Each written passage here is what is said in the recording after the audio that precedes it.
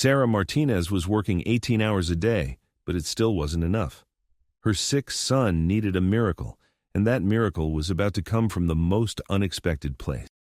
The fluorescent lights of Metropolitan General Hospital buzzed overhead as Sarah hurried down the corridor, her scrubs wrinkled from another 16-hour shift. At 32, she looked older than her years, the kind of exhaustion that came not from a single sleepless night, but from months of impossible choices and endless work. Sarah was a registered nurse, and a good one. Her colleagues respected her skill, her patients trusted her care, and her supervisors relied on her dedication. But being good at her job wasn't enough to pay for what her 8-year-old son Lucas needed. Lucas had been diagnosed with a rare heart condition 6 months ago. The surgery to correct it would cost $180,000, money that Sarah's insurance would only partially cover, leaving her with a $75,000 balance that might as well have been $1 million. So Sarah worked. She pulled double shifts at the hospital, picked up weekend shifts at a private clinic across town, and spent her few free hours working as a home health aide for elderly patients.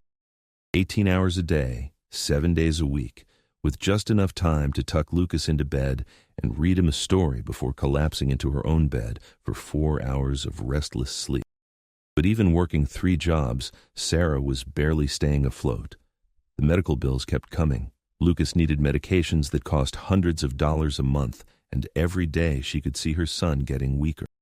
It was during one of her overnight shifts that Sarah first met the patient in room 304. "We've got a VIP coming in," her supervisor Janet had told her that evening. "Private room, no visitors listed, paying cash, very hush-hush." Sarah nodded absently. Metropolitan General occasionally treated wealthy patients who valued their privacy, and she'd learned not to ask too many questions. Her job was to provide excellent care, not to gossip about who could afford the premium suites. The patient arrived around midnight, a man in his mid-40s with dark hair and intelligent eyes that seemed to take in everything around him.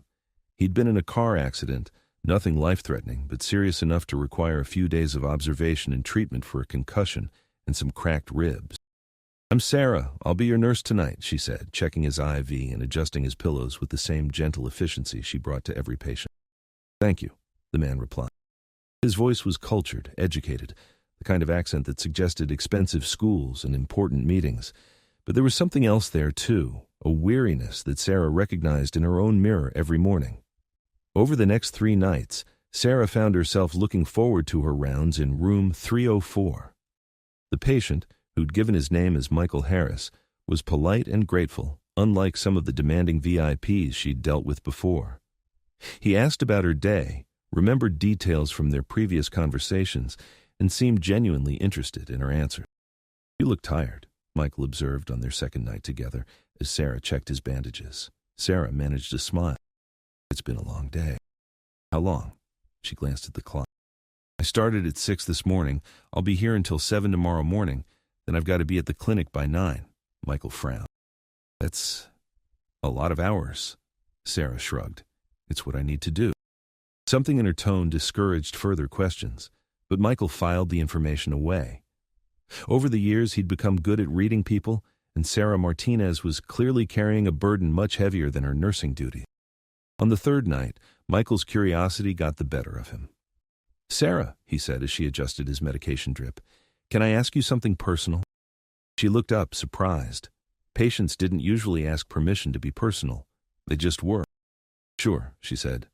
"Why do you work so many jobs? I mean, you're clearly an excellent nurse. Couldn't you make enough at just one place?" Sarah's hands stilled on the IV tube.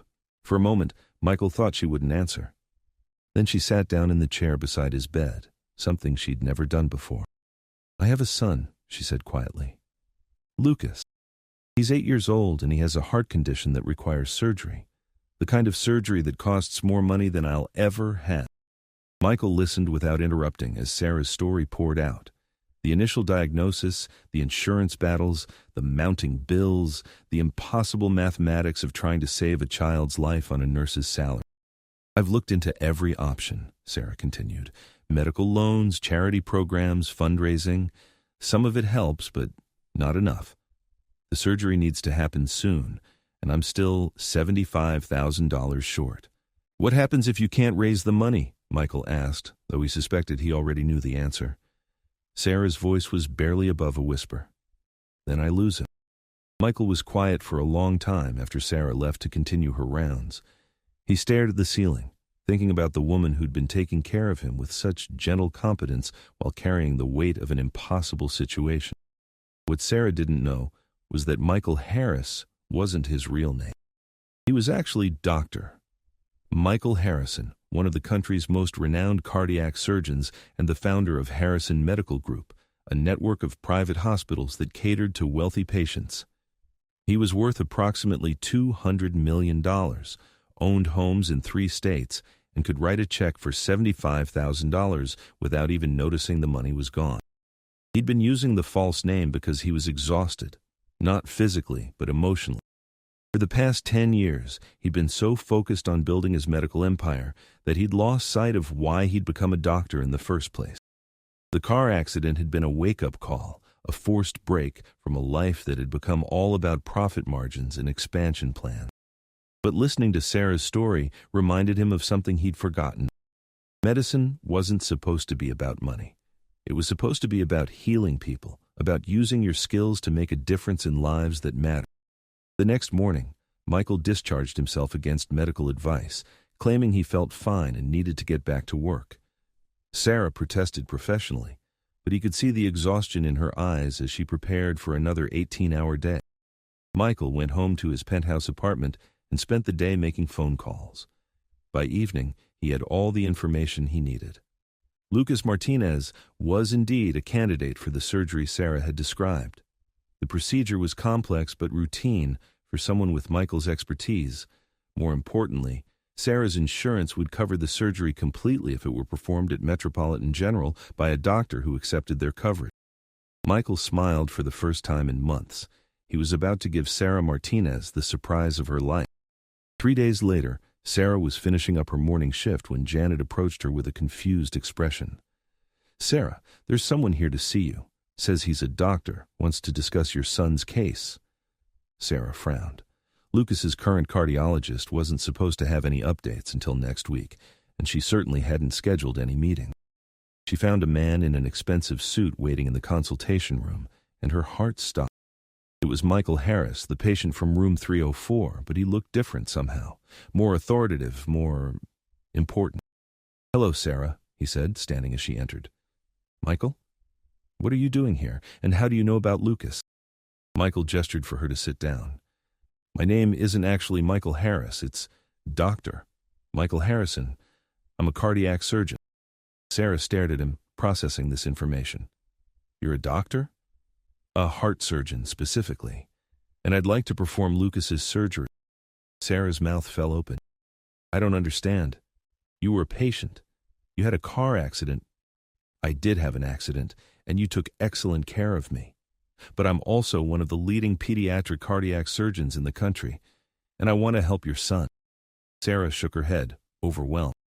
"Dr. Harrison, I appreciate the offer, but I can't afford."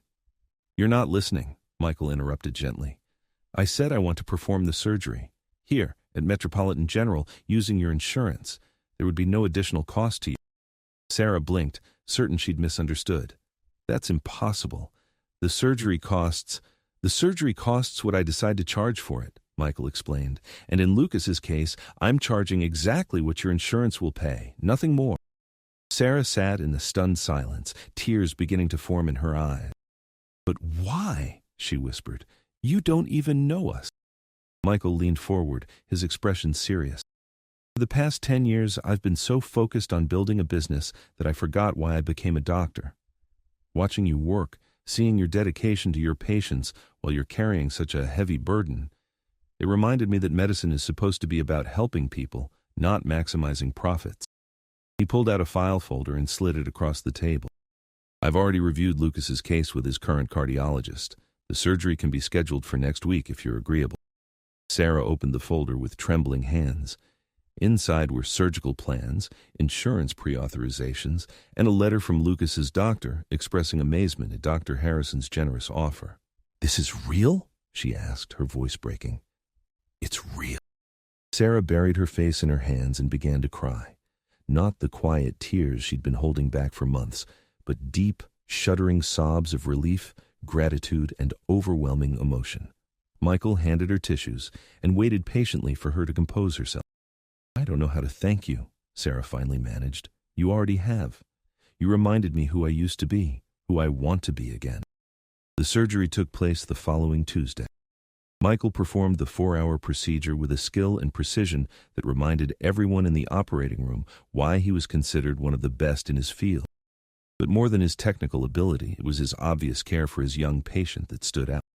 Sarah waited in the family room, surrounded by colleagues who'd heard about Dr. Harrison's generous offer. When Michael finally emerged from surgery, still in his scrubs, Sarah jumped to her feet. "He's perfect," Michael said, smiling. "The surgery went beautifully. Lucas is going to be just fine." Sarah hugged him impulsively, tears streaming down her face. "Thank you," she whispered. "Thank you for giving me my son back." Over the following weeks, as Lucas recovered, Michael found himself spending more and more time at Metropolitan General.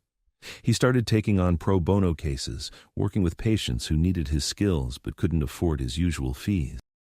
"You've changed," Janet observed one day as Michael finished rounds on his charity patients.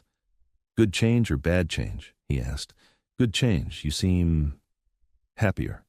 Michael smiled. She was right. For the first time in years, he was excited to come to work, energized by the opportunity to use his skills for something more meaningful than adding zeros to his bank account.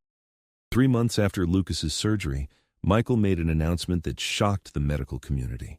He was establishing the Harrison Foundation, a non-profit organization that would provide free cardiac surgery to children whose families couldn't afford it. The foundation will be run by someone who understands both excellent medical care and what it means to fight for a child's life, Michael announced at the press conference. "I'm pleased to announce that Sarah Martinez will be our first director of patient services." Sarah, who'd been watching from the audience, gasped in surprise. Michael had offered her the position the week before, a job that would pay twice her nursing salary and allow her to help other families facing the same impossible choices she'd once faced. But the most important change wasn't professional. It was personal. Michael had rediscovered his passion for medicine, but he'd also discovered something else, a deep respect and growing affection for the woman who'd reminded him why healing mattered. Sarah had found not just a miracle for her son, but a new purpose in helping other families navigate the healthcare system with dignity and hope. 6 months later, on a quiet Saturday morning, Michael and Sarah sat in the pediatric ward's family room, reviewing applications for the foundation's next round of surgeries. Lucas, now completely recovered and full of energy, was teaching other young patients how to play chess, a skill Michael had taught him during his recovery. "He's remarkable," Michael said, watching Lucas patiently explain the rules to a 6-year-old girl. "He gets that from his mother," Sarah replied, not looking up from the application in her hands. Michael studied Sarah's profile as she worked. Over the past months, he'd watched her transform from an exhausted woman working 3 jobs into a confident advocate for families in crisis. But more than that, he'd come to admire her strength, her compassion, and her unwavering dedication to doing what was right. "Sarah," he said quietly. She looked up, noticing something different in his tone. "I need to tell you something. These past months, working with you, watching you build the foundation, seeing how you've helped so many families, I've realized that finding you might have been the best thing that ever happened to me." Sarah set down the application, her heart beginning to race. "What I mean is," Michael continued, "I think I'm falling in love with you. And I hope that maybe someday you might feel the same way about me." Sarah looked at him for a long moment, then reached across the table to take his hand. "Michael," she said softly, "I think that someday might be today." Lucas looked up from his chess game and grinned at the sight of his mother and Michael holding hands. He'd been hoping for this moment for weeks, ever since he'd realized that Dr. Michael made his mom smile in a way she hadn't smiled since before he got sick. A year later, Michael and Sarah were married in a small ceremony at Metropolitan General's Chapel, with Lucas serving as ring bearer and the entire pediatric ward staff in attendance. Their honeymoon was spent traveling to rural hospitals, identifying children who needed the foundation's help. The Harrison Foundation went on to perform over 500 free cardiac surgeries in its first 5 years, saving lives and giving hope to families who had thought miracles were beyond their reach. But for Sarah and Michael, the real miracle had happened much earlier. In a hospital room where a nurse's compassion had reminded a successful doctor that the best medicine wasn't about profit margins or prestige. It was about using your gifts to heal not just bodies, but hearts and spirits too. Sometimes the greatest success comes not from what you achieve, but from remembering why you started in the first place. And sometimes the people who need healing the most are the ones who think they have everything they need. In helping Lucas, Michael had found not just his purpose, but his family. And in meeting Michael, Sarah had discovered that miracles don't always come when you expect them, but they always come when you need them most.